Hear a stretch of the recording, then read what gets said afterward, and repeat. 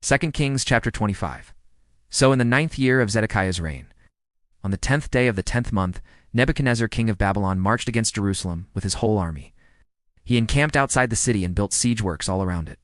The city was kept under siege until the 11th year of King Zedekiah. By the 9th day of the 4th month, the famine in the city had become so severe that there was no food for the people to eat. Then the city wall was broken through. The whole army fled at night through the gate between the two walls near the king's garden, though the Babylonians were surrounding the city. They fled toward the Arabah. But the Babylonian army pursued the king and overtook him in the plains of Jericho. His soldiers were separated from him and scattered, and he was captured. He was taken to the king of Babylon at Riblah, where sentence was pronounced on him. They killed the sons of Zedekiah before his eyes. Then they put out his eyes, bound him with bronze shackles, and took him to Babylon. On the 7th day of the 5th month, in 19th year of Nebuchadnezzar king of Babylon, Nebuzaradan commander of the imperial guard, an official of the king of Babylon, came to Jerusalem. He set fire to the temple of the Lord, the royal palace, and all the houses of Jerusalem. Every important building he burned down.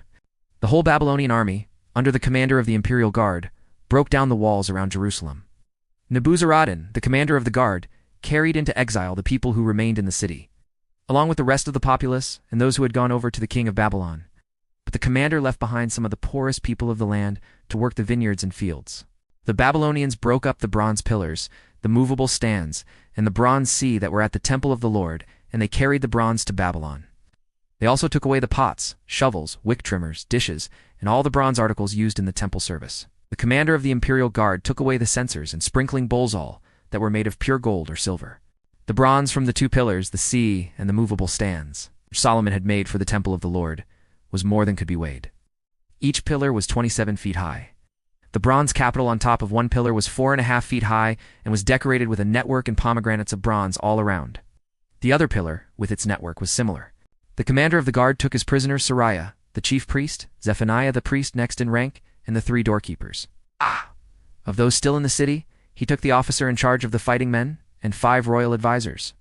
He also took the secretary, who was chief officer in charge of conscripting the people of the land, and 60 of his men who were found in the city.